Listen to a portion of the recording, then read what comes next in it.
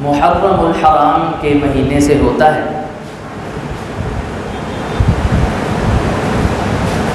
اسے اسلامی سال کا پہلا مہینہ ہونے کا اعزاز حاصل ہے اور تاریخ اسلام کے کتنے ہی واقعات اس مہینے سے وابستہ ہیں، جس میں نبی علیہ الصلوۃ والسلام کی حدیث ہے مسند احمد کے اندر۔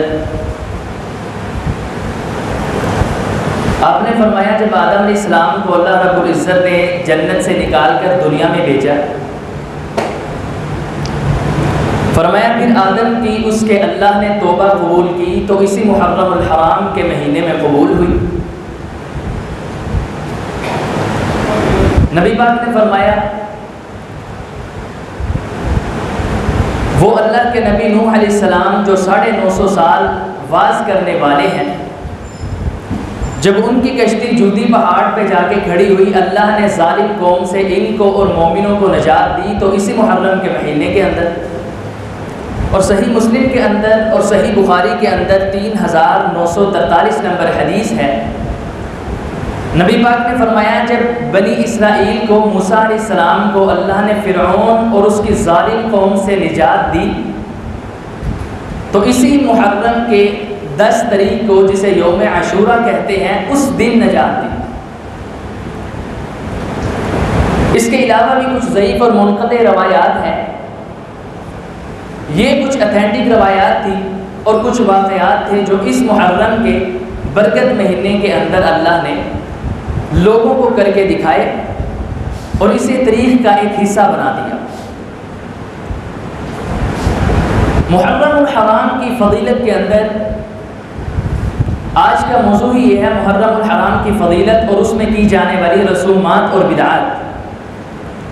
اب یہ دعا کیجئے کہ اللہ رب العزت ہمیں سنت، قرآن و حدیث پر عمل کرنے کی توفیق عطا فرمائے، اور اللہ بدعات سے، رسومات سے، رسم و رواج سے جو قرآن اور حدیث کے خلاف ہے، اللہ ہمیں ان سے محفوظ فرمائے۔ محرم الحرام کی فضیلت جو آیت کریمہ میں نے تلاوت کی ہے 10ویں پارے سورہ توبہ کی، فرمایا ان عدت الشہور عند اللہ 12 شہرا فی کتاب اللہ۔ پہلی فضیلت پہ غور کیجیے، فرمایا جب اللہ نے دنیا کو بنایا، پیدا کیا، اللہ نے اس کے 12 مہینے 12 شہرا، فرمایا اس کو 12 مہینوں کے اندر اللہ نے ڈیوائیڈ کر دیا، زمانہ بنا دیا۔ منہا 4 حرم، اور پھر اللہ نے ان 12 مہینوں میں سے 4 ایسے مہینے ہیں جنہیں یہ شرف اور اعزاز بخشا کہ اللہ نے ان کو حرمت والا مہینہ قرار دے دیا۔ قرآن نے اس کی وضاحت بیان نہیں کی۔ اب حدیث کی طرف آئیے۔ نبی علیہ الصلوۃ والسلام کی حدیث ہے، صحیح البخاری کے اندر 7747 نمبر حدیث ہے۔ آپ نے فرمایا جو 4 مہینے اللہ نے حرمت والے قرار دیے، ان کے اندر سے 3 مہینے لگاتار ہیں، پے در پے ہیں، اکٹھے ہیں، ذوالقعدہ، ذوالحجہ، محرم الحرام۔ فرمایا یہ 3 مہینے اکٹھے ہیں، اور درمیان کے اندر، سال کے درمیان میں جا کے 1 مہینہ رجب ہے۔ فرمایا یہ 4 مہینے اللہ نے کہا ہے، قرار دے دیا کہ یہ حرمت والے ہیں، ان کے اندر لڑائی کرنا، قتل کرنا، کسی کا مال لوٹنا، چاہے 12 مہینوں کے اندر ہی حرام ہے، لیکن خاص کر ان مہینوں کے اندر کسی کو تکلیف، دکھ نہ دیا جائے۔ یہ اللہ رب العزت کا اعلان صحیح بخاری کے اندر 7447 نمبر روایت ہے۔ یہ حرمت والے مہینے ہونے کا اعزاز ہے اس محرم کو، اسی لیے اسے کہا جاتا ہے محرم الحرام۔ دوسری فضیلت اس کی، سلف صالحین، محدثین، صحابہ اکرام کہا کرتے تھے کہ پورے سال کے اندر 3 عشرے ہیں جو فضیلت کے لحاظ سے پورے سال کے دنوں سے زیادہ اعلیٰ ہیں۔ عشرہ کسے کہا جاتا ہے؟ عشر کہا جاتا ہے 10 کو، 10 دن، 10 دن 3 ایسے ہیں، 10 30 دن ایسے ہو گئے کہ جن سے بڑھ کر اعلیٰ دن، جن سے بڑھ کر نیکی کرنے والے دن کوئی اور ہے ہی نہیں۔ سب سے پہلا، آپ سب کو علم ہے، رمضان المبارک کا آخری عشرہ، اللہ نے اسے اتنی فضیلت کیوں دی؟ کہا اس کے اندر ایک لیلۃ القدر آئے گی، ایک لیلۃ القدر۔ فرمایا 83 سال عبادت کرنے والا عبادت کرے، اور ایک بندہ میرا اس لیلۃ القدر کی رات میں عبادت کرے، اللہ فرماتا ہے لیلۃ القدر کی عبادت 83 سال سے زیادہ افضل ہے۔ لیلۃ القدر خیر من الف شہر، اسم تفصیل، فرمایا خیر بڑی ہی بہتر ہے، من الف شہر، کتنے مہینوں سے؟ 1000 مہینوں سے زیادہ افضل ہے۔ پہلا عشرہ ہو گیا۔ دوسرا عشرہ نبی پاک نے فرمایا، سلف صالحین جو بیان کرتے ہیں، دوسرا عشرہ ذوالقعدہ کا ہے، جو اس پچھلے مہینے کے اندر گزرا، اس کو اللہ نے اتنی فضیلت، اتنا اعزاز، اتنا شرف کیوں بخشا؟ کیونکہ اس کے اندر کیا ہے؟ حج بیت اللہ ہے، اس کو اعزاز۔ یہ دوسرا عشرہ۔ اور تیسرا عشرہ پورے سال کے دنوں کے اندر فرمایا وہ ہے محرم الحرام کا پہلا عشرہ۔ آج کتنی تاریخ ہے اسلامی؟ یکم محرم الحرام۔ اب یہ جو ہے مہینہ شروع ہو گیا، اس کا آغاز ہو چکا ہے۔ یہ 10 دن ایسے ہیں، آپ نے فرمایا بڑھ چڑھ کے صدقہ کرنا، بڑھ چڑھ کے اللہ کی راہ میں تو تم اللہ کو تحفہ دینا، اپنے بینک میں جمع کروا دینا، اللہ کی بارگاہ میں نوافل پڑھنا، نماز پڑھنا، روزے کثرت کے ساتھ رکھنا اس مہینے کے اندر۔ اب یہ دعا کیجیے اللہ ہمیں رمضان المبارک دوبارہ دیکھنا نصیب فرمائے۔ صحابہ جیسے دعائیں کرتے تھے، اللہ ہمیں رمضان تک پہنچا اور رمضان کی برکات کو، رمضان کی ساعات کو ہمیں سمیٹنے کی توفیق عطا فرما۔ محرم کا مہینہ 10 دن، رمضان کے آخری 10 دن، ذوالقعدہ کے پہلے 10 دن، یہ سب سے اعلیٰ دن ہے۔ اس کی دوسری فضیلت کے بعد تیسری فضیلت سنیے۔ نبی علیہ الصلوۃ والسلام نے فرمایا، اور سب سے قیمتی اور بہترین یہ فضیلت ہے، اس کی صحیح مسلم کے اندر روایت ہے، روایت کا نمبر ہے 2755۔ آپ نے فرمایا افضل الصیام بعد رمضان، رمضان کے بعد سب سے افضلیت والے روزے شہر اللہ المحرم، وہ کس مہینے کے ہیں؟ محرم کے مہینے کے۔ نبی پاک نے یہ تو بیان کر دیا، لیکن فرمایا شہر اللہ، اللہ کا مہینہ ہے، شہر اللہ۔ اس کی نسبت ہوئی کس کی طرف؟ بولیے بھائیو، اللہ کی طرف نسبت۔ رمضان بھی مہینہ ہے، ربیع الاول بھی ہے، صفر بھی ہے، سارے مہینے ہیں، ذوالقعدہ، ذوالحجہ، جس کے اندر حج کیا جاتا ہے، رمضان کے روزے رکھے جاتے ہیں، لیکن آپ کی زبان سے اللہ نے اعلان نہیں کروایا وَالنَّجْمِ إِذَا هَوَىٰ مَا ضَلَّ صَاحِبُكُمْ وَمَا غَوَىٰ وَمَا يَنطِقُ عَنِ الْهَوَىٰ إِنْ هُوَ إِلَّا وَحْيٌ يُوحَىٰ۔ فرمایا میرا محبوب، میرا نبی جب بھی بولتا ہے اللہ کے حکم سے، اللہ کی وحی سے بولتا ہے۔ فرمایا شہر اللہ المحرم، یہ محرم کا مہینہ، رمضان کو اللہ نے اپنا مہینہ نہیں کہا، کسی مہینے کو نہیں کہا، لیکن محرم کی باری آئی، فرمایا یہ اللہ کا مہینہ ہے۔ جیسے سارے مہینے تو اللہ کے ہیں، یہ ساری مساجد کس کے گھر ہیں بھائیو؟ اللہ کے ہیں، یہ ہمارا ایمان اور عقیدہ ہے، لیکن اللہ نے ایک گھر کو چن کے مستثنا کر کے علیحدہ کر دیا اور فرمایا بیت اللہ، وہ بیت اللہ جو حرم ہے وہ کس کا گھر ہے؟ اللہ کا گھر ہے۔ اسی طرح قرآن پاک کے اندر ساری اونٹنیاں، سارے جانور، سب کے سب جانور اور انسان اللہ کے لیے عبادت کرتے ہیں، اللہ کے بنائے ہوئے ہیں، لیکن والشمس وضحاها، سورہ شمس پڑھیے، اللہ نے فرمایا ناقۃ اللہ وسقیاها، ساری اونٹنیاں اللہ کی ہیں، لیکن وہ جو اللہ کی اونٹنی تھی، اس بدبخت قوم نے اس کی ٹانگیں کاٹ دی۔ ناقۃ اللہ، اللہ کی اونٹنی، یہ اللہ جس کو اعزاز چاہے بخش دے، اللہ ہمیں اپنے نیک بندوں میں شامل فرمائے۔ یہ جو محرم کا مہینہ، بیت اللہ اللہ کا گھر، یہ محرم اللہ کا مہینہ ہے، فرمایا میرے بندوں پھر اس کے اندر اللہ کو راضی کر لو، اللہ کو اس مہینے سے پیار ہے، اللہ کو راضی کر لینا، عبادت کر لینا، جیسے نبی پاک کر کے گئے ویسے کرنا۔ یہ 3 فضیلتوں کے بعد آئیے اب مختصر وقت کے اندر میں آپ کو بتانا چاہتا ہوں 3 کام جو کرنے والے ہیں۔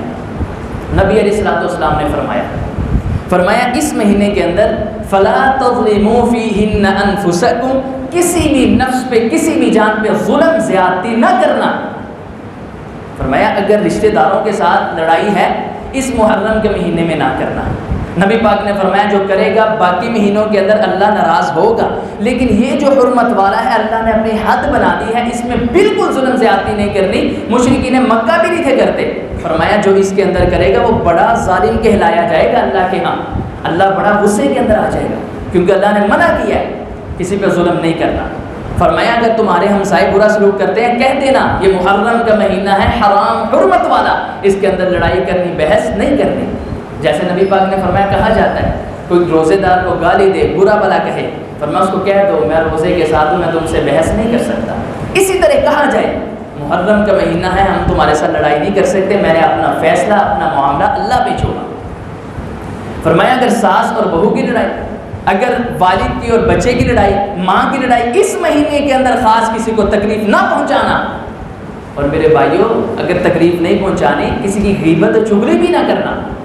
فرمایا تکلیف ہوگی اس بندے کو. اور نبی پاک کی حدیث میں آپ کو سنانا چاہتا ہوں، تاجدار کونین جناب محمد رسول اللہ صلی اللہ علیہ وسلم نے فرمایا جو یہ چغلی اور غیبت ہے میرے بھائیو سنیے گا، اللہ ہمیں عمل کرنے کی توفیق عطا فرمائے. فرمایا یہ زنا سے بھی زیادہ بڑا گناہ ہے. میں حوالے کا ذمہ دار. زنا سے بھی بڑا گناہ. ہم کسی کو زنا کرتے دیکھ لیں یا پکڑا جائے کتنی اس کی تذلیل کرنے کے لیے ہم تیار ہیں. زنا سے بڑا گناہ. صحابہ چونک گئے، پریشان ہو گئے، یا رسول اللہ زنا سے بڑا گناہ کس طرح؟ سمجھ نہیں آئی. آپ نے فرمایا ہاں صحابہ، زنا جب بندہ کرتا ہے نا پھر آ کے مصلی بچھا کے رات کے وقت اپنے اللہ سے دعا کرتا ہے. وہ غفور الرحیم ہے، 70 ماؤں سے زیادہ پیار کرنے والا ہے. جب ہاتھ اٹھا کے اللہ کو کہتا ہے نا اللہ غلطی ہو گئی ہے، کبیرہ گناہ ہو گیا زنا، اللہ آج کے بعد نہیں ہوگا، مجھے معاف فرما دے. نبی پاک نے فرمایا اللہ تانا بھی نہیں دیتا، اس کی تشہیر بھی نہیں کرتا، کسی کے سامنے اس کو ذلیل بھی نہیں کرتا. اللہ فرماتا ہے میرے بندے تو نے آ کے میرے سامنے سجدہ کر کے دعا کی ہے، جہاں میں نے تجھے معاف کیا ہے. اور فرمایا جب بندہ غیبت اور چغلی کرتا ہے بڑا گناہ کیسے ہے زنا سے؟ فرمایا جب تک بندہ جس کی غیبت اور چغلی کی ہے اس کے پاس جا کے معافی نہیں نہ مانگے گا، جتنا مرضی مصلی بچھا کے دعا کرے اللہ اس کو اس غیبت اور چغلی سے پاک کرے گا ہی نہیں. فرمایا اس لیے یہ بڑا گناہ ہے. میرے بھائیو ہم اگر کرنا چاہیں معافی مانگنا چاہیں تو شاید ایک ایک بندے کے پاس جانا پڑے. اندھی بھی چغلی کی تھی، اوندھی بھی کی تھی، اندھی بھی کی تھی، کس کو ہم نے نہیں چھوڑا. آپ دعا کریں اللہ ہمیں معاف فرمائے. صحابہ کا سوال آیا یا رسول اللہ اگر بندہ فوت ہو گیا جس کی ہم نے غیبت اور چغلی کی ہے پھر کیا کیا جائے، پھر کیسے معافی مانگی جائے؟ آپ نے فرمایا پھر اس کے لیے مغفرت کی دعا کرو. اللہ اس میرے بھائی کو جس کی میں نے غیبت اور چغلی کر کے لوگوں کے سامنے ذلیل کیا تھا نا، اللہ اس بندے کو میرے بھائی کو اپنے بندے کو معاف کر دے. فرمایا اس کے لیے دعائیں مغفرت کرنا اور اس کی طرف سے صدقہ کر دینا، امید ہے اللہ یہ تمہارا گناہ معاف کر دے گا. فلا تظلموا فیہن انفسکم وقاتلوا المشرکین کافہ. فرمایا سب سے پہلا کرنے والا کام میرے بھائیو غور کیجئے، کسی پہ ظلم زیادتی تکلیف نہیں پہنچانی، کسی کو تکلیف نہیں پہنچانی. جب یہ کام آپ نے کر لیا اس مہینے کے اندر پھر دوسرا کام کرنے والا نبی پاک کی حدیث ہے صحیح مسلم کے اندر 2746 نمبر حدیث. آپ نے فرمایا پھر تم ایک کام کرنا، اس محرم کے مہینے میں کثرت سے روزے رکھنا. آپ کو میں نے حدیث سنائی ہے افضل الصیام، بہترین روزے بعد رمضان، رمضان کے بعد شہر اللہ المحرم، وہ 11 مہینوں میں سے محرم کے روزے ہیں، یہ اللہ کے ہاں رمضان کے بعد سب سے بہترین روزے ہیں. نفلی روزے کثرت سے. اب تو اللہ نے موسم بھی ٹھنڈا کر دیا الحمدللہ، روزہ رکھیے. اگر کوئی بھائی نہیں رکھ سکتا روزے پھر نبی پاک نے 10 محرم کا میرے بھائیوں روزہ کبھی چھوڑا ہی نہیں. 10 محرم کا روزہ کبھی نہیں چھوڑا. آپ کی وفات سے 1 سال پہلے آیا، آپ کو پتہ چلا یہود و نصارہ جو ہیں یہودی یہ 9 محرم کا بھی روزہ رکھتے، 10 محرم کا معذرت روزہ رکھتے ہیں. کیوں؟ میں آپ کو پہلے بیان کر چکا ہوں کیونکہ بنی اسرائیل کو یہودیوں کو اللہ نے نجات دی تھی کس سے؟ فرعون سے. یہ اس دن عید بھی مناتے تھے اور روزہ بھی رکھتے تھے. حدیث صحیح مسلم 2746 نمبر حدیث.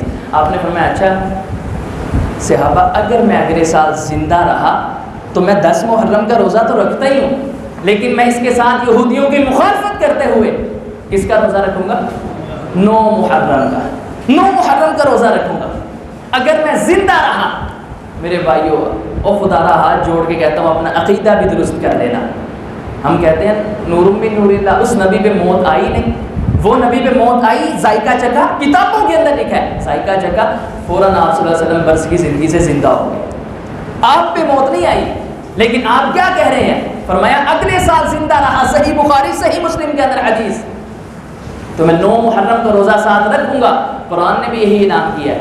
سورۃ الرحمن آپ سنتے رہتے ہیں اور ہمیں بڑا اس سے پیار ہے. اللہ اس پیار کے بدلے ہمیں جنت کا داخلہ عطا فرمائے. سورۃ الرحمن سنیے. فرمایا کل من علیہا فان ویبقى وجہ ربک ذو الجلال والاکرام فبأي آلاء آگے کیا ربکما تکذبان ترجمہ سماعت فرمائیے، کوئی بھی قرآن پڑھ لیجئے، اہل حدیث کا ترجمہ پڑھیں، دیوبندیوں کا پڑھیں، اہل تشیعوں کا پڑھیں، بریلویوں کا پڑھیں، کسی مکتب فکر کا پڑھیں، آسان سا ترجمہ فرمایا کل من علیہا فان، ساری کی ساری دنیا فنا ہونے والی ہے۔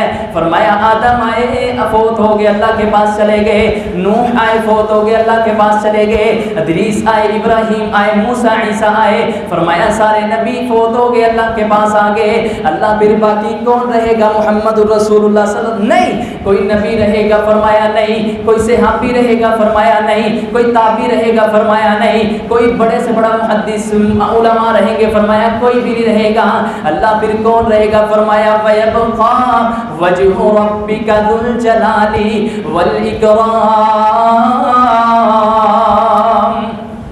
فرمایا پھر ایک ہی بزرگی والا چہرہ رہے گا، وہ ہے رب العالمین کا چہرہ۔ جب کوئی بھی نہیں تھا فرمایا تب بھی اللہ تھا، جب ساری دنیا فنا ہو جائے گی تب بھی اللہ رہے گا، یہ اللہ کا اعلان۔ دوسری آیت، ایک آیت ہوگی، دوسری آیت کل نفس ذائقۃ الموت، جتنے بھی نفس دنیا میں ہیں فرمایا ان سب نے موت کا ذائقہ چکھ کے رہنا، موت آنی ہے سب۔ تیسری آیت انک میت وانہم میتون۔ اب میرے بھائیو قرآن ذرا بول کے بتائیں کس میں نازل ہوا تھا؟ نبی پاک پہ۔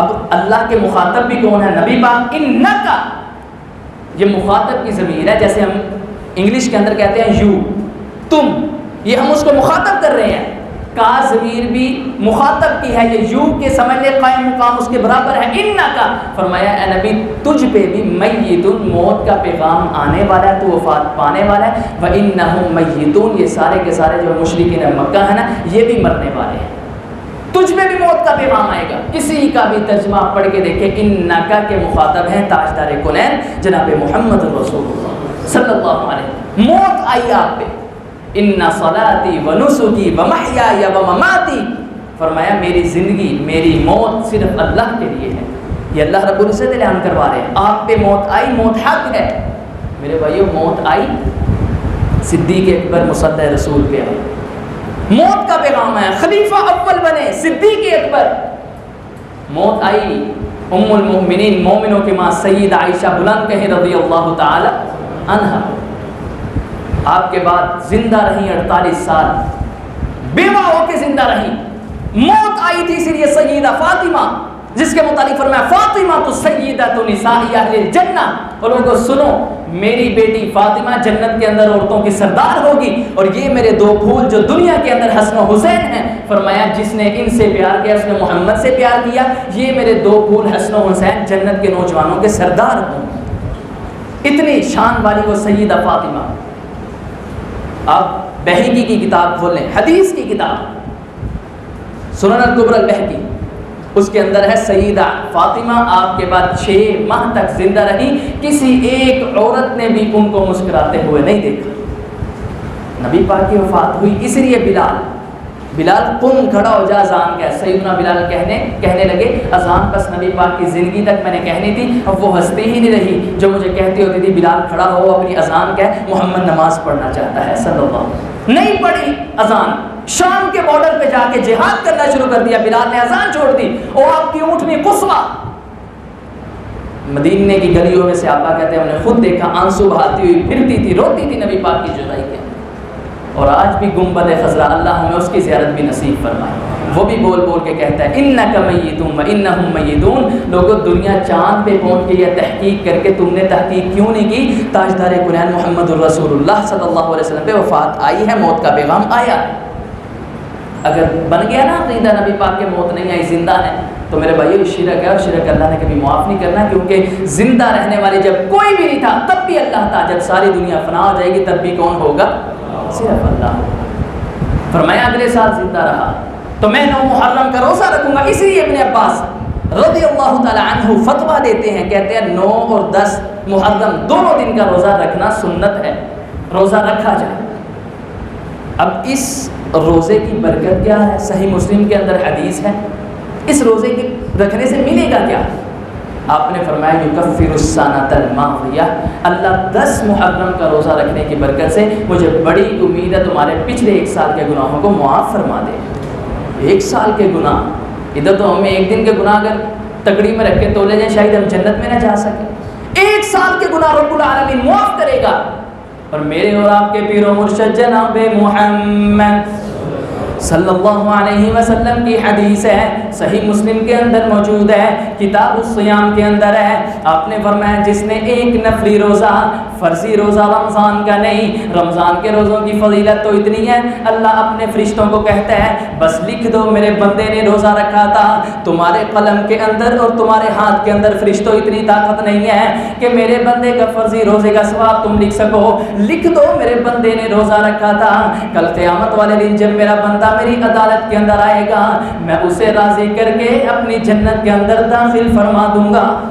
فرضی روزہ، لیکن نفلی روزے کی باری آئی، نبی پاک کی زبان مبارک نے، ہونٹ مبارک نے پھول گرانا شروع کیے۔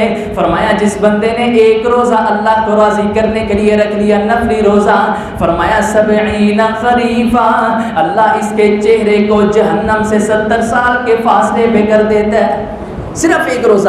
اور جس نے روزہ یہ 10 محرم کا 9 محرم کا رکھا ہے، اللہ بالاولا اس کے چہرے کو جہنم سے دور بھی کرے گا، 1 سال کے گناہوں کو معاف بھی کرے گا، اللہ اس پہ راضی بھی ہوگا۔ لیکن سننا میرے بھائیوں، میرا پیغام بڑا ہی دل دکھتا ہے جب دیکھا جائے کہ اس محرم کے اندر 9 اور 10 محرم کو سبیلیں لگائی جاتی ہیں۔ ادھر پلٹ کے دیکھیے محمد الرسول اللہ صلی اللہ علیہ وسلم کا پیغام تھا 9 محرم کا اور 10 محرم کا روزہ رکھنا، اور آپ ساری زندگی 10 محرم کا روزہ رکھ دے گئے۔ لیکن آپ بازار کے اندر جائیے، سروے کیجئے، 10 محرم کو سیدنا حسین کے نام پہ، 10 محرم کو سیدنا حسن کے نام پہ، 10 محرم کو سیدنا علی کے نام پہ سبیلیں لگائی گئیں، لوگوں کو ٹھنڈا پانی پلایا گیا، دودھ پلایا گیا، دیگیں بریانی اور پلاؤ کی بنا کے بانٹی کی تقسیم کی گئی، نبی پاک کی سنت کی مخالفت کی گئی۔ وہ اہل حدیثوں میرے بھائیوں ہمیں چاہیے تھا کیا؟ میں بڑے ہی اہل حدیثوں کو جانتا ہوں، نام کے اہل حدیثوں کو، جنہوں نے ان کے نقش قدم پہ چلتے ہوئے نبی پاک کی سیرت کو چھوڑا، آپ کی اطاعت کو چھوڑا، اور وہ بھی دیگیں بنا کے تقسیم کیے جا رہے ہیں، دودھ کی سبیلیں لگائی گئی، اہل حدیثوں نے لگائی۔ تم نے کیا کیا؟ نبی پاک کی سنت کی مخالفت۔ آپ نے فرمایا تھا لوگوں سننا، اس دن کا روزہ رکھنا، ہم نے لوگوں کو پانی پلایا، لوگوں کو پانی پلایا کہ روزانہ رکھنا، نبی پاک کی سنت کی مخالفت کرنا۔ اور رب عزت کی قسم، رب العالمین کی قسم، آپ نے فرمایا، قرآن کہتا ہے فَلْيَحْذَرِ الَّذِينَ يُخَالِفُونَ عَنْ أَمْرِهِ أَن تُصِيبَهُمْ فِتْنَةٌ، جو نبی پاک کی سنت کو چھوڑے گا، اس کی مخالفت کرے گا، اللہ اس دنیا کے اندر اس کو ذلیل کرے گا، اور آخرت کے اندر عذاب علیم، اس کے لیے دردناک عذاب تیار کر رکھا ہے۔ ہمیں چاہیے تھا، ہم کہتے نہیں یار میرا روزہ ہے، کوئی سنجیدہ بندہ بزرگ کھڑا ہو کے کہتا نہیں یار بالکل روزہ رکھنا چاہیے، آپ کی سنت ہے، ہم سنت کی مخالفت نہ کریں، لیکن ہم بھی ان کے ساتھ شامل ہو گئے۔ دوسرا کام کرنے والا، ظلم زیادتی نہیں کرنی، دوسرا کام روزہ رکھنا ہے، سارے مہینہ روزہ رکھیں آپ، ایک دن چھوڑ کے، لیکن 2 روزے ضرور رکھنے ہیں۔ بول کے بتائیں بھائیوں کس دن کے؟ 9 اور 10 محرم کا روزہ ہم رکھیں گے انشاءاللہ۔ اللہ اس کے بدلے ہمارا چہرہ جہنم سے 70 سال کی دوری پہ بھی کرے، اور اللہ اس کے بدلے ہمارے 1 سال کے پچھلے گناہوں کو معاف کرے۔ اس کے بعد آخری اور تیسرا کام، یہ بدعت، یہ رسومات جو بن گئی ہمارے معاشرے کے اندر، کہا جاتا ہے نہیں جی اس محرم کے مہینے کے اندر توجہ کیجیے گا، شادی نہ کرنا۔ مجھے علم ہے یہ یکم محرم سیدنا عمر فاروق رضی اللہ تعالی عنہ کی خلافت تو ہوئی، لیکن ان کی شہادت کا دن ہے۔ اس زمین پہ کوئی مائکالان ایسا پیدا نہیں ہوا جس کو اتنی اللہ نے جرأت دی ہوتی، جس کے متعلق کہا لو کان بعدی نبی لکان عمر بن الخطاب، میرے بعد اگر اللہ کا کوئی نبی ہوتا، بھائیو جتنا پیارا بلند بول کے بتائیں کون ہوتا؟ عمر ہوتا رضی اللہ تعالیٰ۔ کس کے اندر جرأت ہے؟ کس کے اندر اتنی ہمت طاقت ہے؟ دنیا پہ کوئی شخص پیدا ہی نہیں ہوا، شیطان فرمایا وہ ساتھ کے رستوں میں آتا ہے، لیکن جب میرے فاروق کو دیکھتا ہے نا اپنا رستہ تبدیل کر دیتا ہے۔ کس کے اندر جرأت ہو؟ سامنے آ کے شہید نہیں کیے گئے، نماز کی حالت میں، فجر کی نماز کے وقت نماز پڑھاتے نیزہ مارا گیا، ان کو شہید کیا گیا، ان کی شہادت میں جانتا ہوں، لیکن میرے بھائیوں سیدنا عمر فاروق کے ہم سیرت، ان کا اخلاق، ان کی ساری ہسٹری زندگی سنتے رہتے علماء سے۔ یہ بدعات جو رسومات ہیں، میں نے صرف اسی وجہ سے موضوع رکھا ہے، شاید کوئی میرا بھائی توبہ کر کے اللہ کے سامنے آ جائے، توحید عقیدہ توحید اپنا لے، شاید ہم دونوں کے لیے اللہ نجات کا ذریعہ بنا دے۔ کہا گیا محرم کے مہینے کے اندر شادی نہ کرنا، شادی کر لی حضرت صاحب ختم کا، پھر طلاق پکی جائے، یہ سنا گیا، ہم نے خود سنا، اللہ جانتا، طلاق پکی اندے شادی نہ کرنا سفر اندے کر لے نہیں منوس مہینہ ہے. نبی پاک کی حدیث آپ نے فرمایا اللہ کہتا ہے حدیث قدسی کہ جس نے مہینوں کو دنوں کو زمانے کو برا کہا فرمایا اس نے مجھے برا کہا. وَأَنَا الدَّهْرُ میں خود زمانہ ہوں. جس نے زمانے کو گالی دی اے میرے نبی ان لوگوں کو بتا دے اس نے زمانہ کو نہیں اس نے اللہ کو گالی دی. فرمایا میں خود زمانہ ہوں. کہا گا یوم سیاہ شہادت حسین منوس مہینہ. پھر غور کیجئے گا منوس ہم نے کس کو کہا ہے. وَأَنَا الدَّهْرُ فرمایا میں زمانہ ہوں. جس نے زمانے کو برا کہا اس نے اللہ کو کہا. کوئی دن منحوس نہیں کوئی دن برا نہیں. ہاں غم ہونا چاہیے تکلیف ہونی چاہیے دل کے اندر دکھ ہونا چاہیے لیکن یہ ماتم یہ نوحہ کرنا وین ویلا کرنا کس حدیث میں ہے. یہ اسلام تو اتنا پاکیزہ دین ہے. نبی پاک نے فرمایا جس عورت نے وین اور ویلا کیا نوحہ کیا اپنا گریبان چاک کیا فرمایا قیامت والے دن اگر یہ توبہ کے بغیر مر گئی اللہ اس کو گندگ کی قمیص پہنائے گا خارش والی اور اللہ اسی کے ساتھ اس کو جہنم کا ایندھن بنا دے گا. بچیے اس سے. محرم کے مہینے کے میرے بھائیو آپ سے ایک سوال ہے سب سے زیادہ اعلیٰ ہستی سب سے خوبصورت ہستی دنیا کے اندر کون تھی؟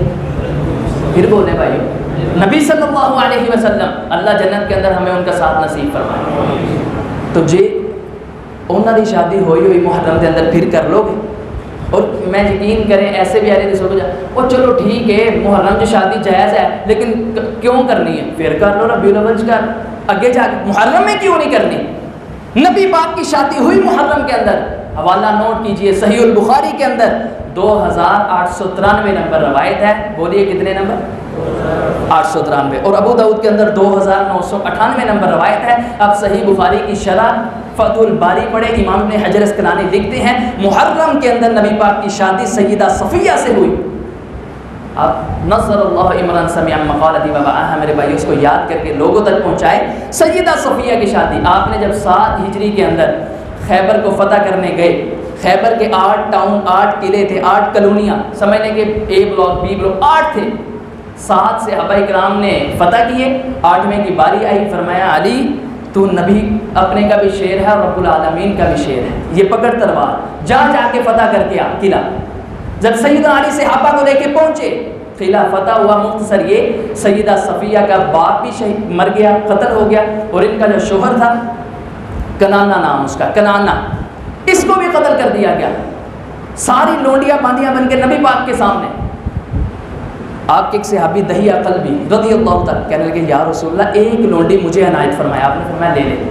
سیدہ صفیہ رضی اللہ تعالیٰ عنہ اتنی خوبصورت یہودی کی بیٹی جب ان کو لے کے دہیہ قلبی جانے لگے ایک صحابی آئے کہنے لگے یا رسول اللہ گستاخی معاف لیکن یہ سردار کی بیٹی ہے خیبر کا جو بڑا بادشاہ سردار تھا نا اس کی بیٹی ہے اور یہ سردار کے گھر ہی اچھی لگتی ہے اس کو اس کا مقام دیا جائے اس کی حیثیت دی جائے. آپ نے فرمایا دہیہ قلبی کو بلاؤ. بلایا گیا. نبی پاک نے فرمایا یہ صفیہ ادھر چھوڑ دے مجھے دے دے ان کے اندر سے جو تجھے پسند ہے وہ اپنی لونڈی بنا لے یہ آج کے بعد محمد کی بیوی ہوگی صلی اللہ علیہ وسلم. نبی پاک نے اس کو آزاد کیا ان سے نکاح کیا. اللہ نے ان کو ام المؤمنین مومنوں کی ماں ہونے کا شرف بخشا اور آپ کی غلام ام سلیم رضی اللہ تعالی عنہ انس بن مالک کی والدہ محترمہ جو آپ کا پسینہ اکٹھا کیا کرتی تھی. میرے بھائیو سننا صحیح البخاری کے اندر ہے ام سلیم فرماتی ہے میں نبی پاک جب میرے گھر کیلولہ کرنے آتے میں آپ کا پسینہ اکٹھا کر کے کیونکہ یہ آپ کی رضائی بہن بھی تھی یہ یاد رکھیے گا.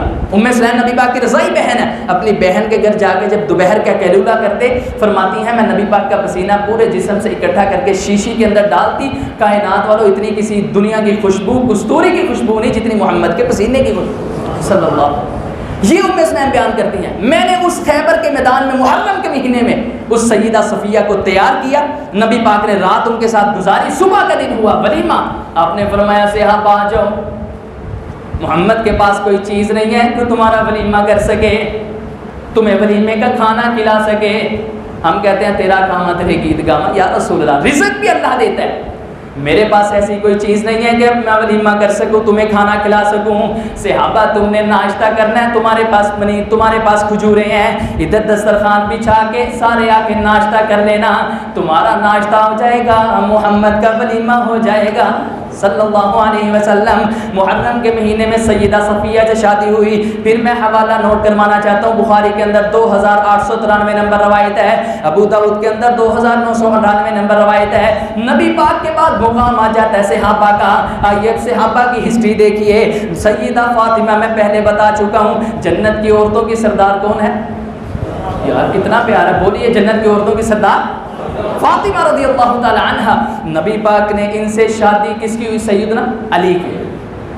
ملا باقر مجلسی اہل تشیع کا بہت امام گزرا، اس کی کتاب جلاء العیون کے اندر فصل 5 کے اندر وہ خود لکھتا ہے، ملا باقر مجلسی کہتا ہے سیدہ فاطمہ کا نکاح سیدنا علی سے ہوا جمعرات والے دن 21 محرم کو ہوا۔